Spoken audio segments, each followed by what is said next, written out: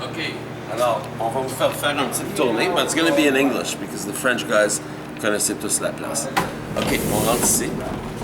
Ici, il va y avoir des backglass, je ne les ai pas encore placés à terre, ok, mais il va y avoir une série de backglass. Mais on va commencer à vous montrer un peu le chemin. I'm supposed to speak in English, aren't I? Okay. I'm going to show you the way here. We have a lot of bingo glasses, a few pinball glasses, but mostly bingo glasses. A lot of them are new. Some video game stuff, Street Fighter 2. You know, nothing extraordinary. This is kind of extraordinary to me, National Shuffleboard. This is like 50s, and every Legion and every Lions Club had them.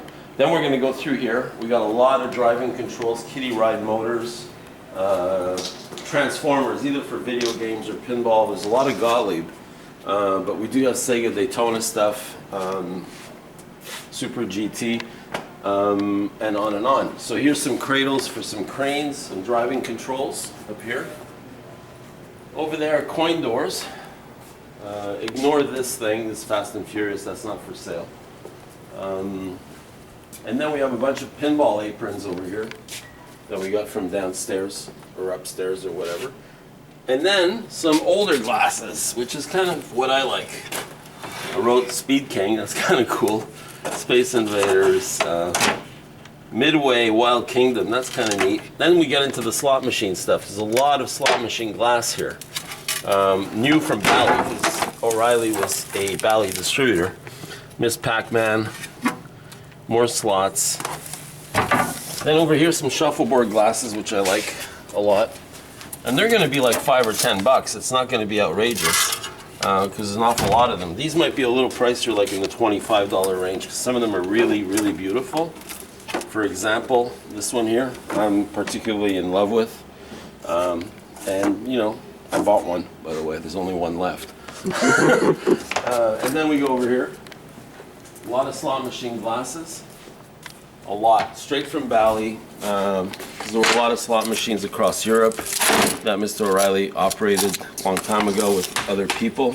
So there's a lot of slot machine glasses. Video game headers. Over there, a bunch of CRT monitors, all turn on with high voltage. So we've checked the high voltage. We haven't checked signals and colors and things like that, but all the high voltage comes on. This particularly beautiful glass that I put aside, I think it's gorgeous, you know, and they're in good shape, right? Then we'll take you through the parts room. This is where you can have yourself. This is all for sale as well. Okay. These coils are burnt, so they're not for sale. They're just going for copper. Here in the parts room, we've laid out bins. You can just show everybody on the camera. Just go through every bin here slowly. And, you know, we do have some Williams stuff. Some stuff from Marco people never picked up. A lot of motors, a lot of connectors, gun stuff, optical guns, speakers. We do have some pinball stuff here. So all these shelves have been like sort of, there's been a triage that we did, and anything here you can put into your basket, okay? And the baskets are two sizes, a $30 basket and a $40 basket.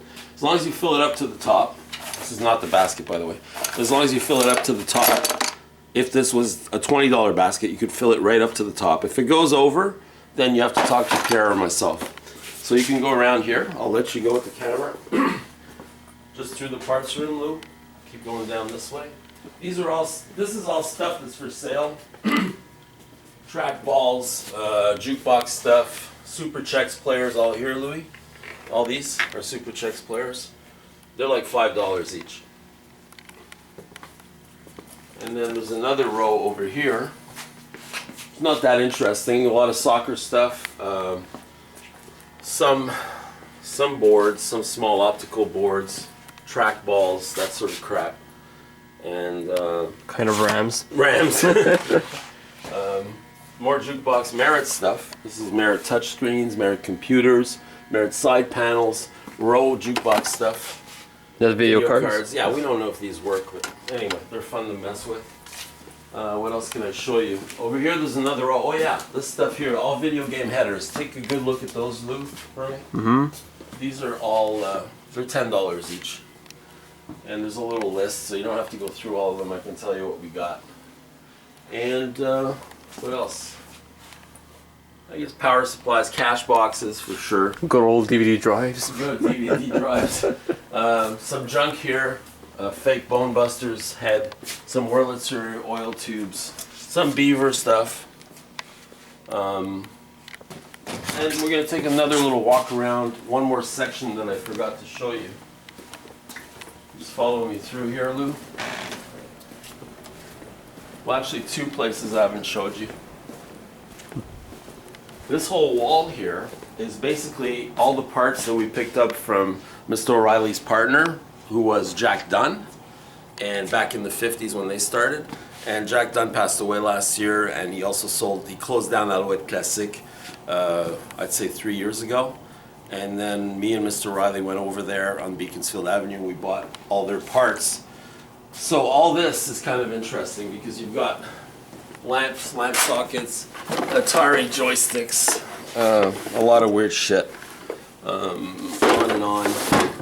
Pinball parts, coils, lamps, lamp sockets, reject buttons for doors, super check stuff. Then this is all pinball, so you're free to look through these. If you get close, Lou, you can maybe see some of the labels. But you got a lot of stuff. And over here is video game stuff, mostly. So you've got Sega stuff, Sega driver boards, gun cables, boxer stuff, springs, pots, on and on. So that's one thing I want to show you. And the other thing is over here. There's more. Oh, this is kind of cool. These are like conversions for bingos. This was Bally Bally, which turned into Super Wall Street. Jean-Francois would know about this. And they're just like tack-ons to convert your game to a different name. They don't smell that good. Yeah. And then over here, we have a room where we have used playfields in this room. We sold a lot of them. There was 30 in here before. We had 30 playfields in here before, but there's a lot less now. And they're all Gottlieb, so there's no Williams or Stern or Bally or anything. It's all Gottlieb stuff. I think they're going to be like $100 each, and they're full of parts. So that might be interesting. We have a lot of glass too. We have some Data East glass for wide bodies.